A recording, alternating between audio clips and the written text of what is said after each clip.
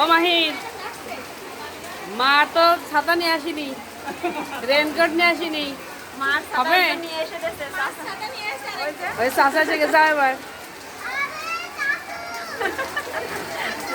পালন করতেছে ম্যাডাম। দায়িত্ব পালনের জন্য ছাতাও ফেলে রেখে ছাতা ভুলে যায়নি পরে যখন আমি বাড়ির সামনে রেলের মানে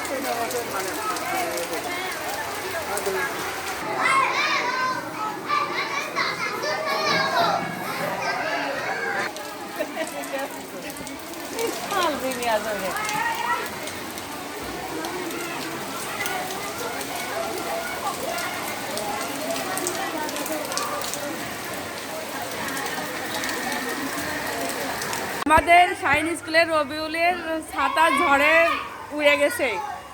এই বৃষ্টিতেই যদি ছাতা এরকম হয়ে যায় তাহলে ঝড় হলে কি হবে? আমার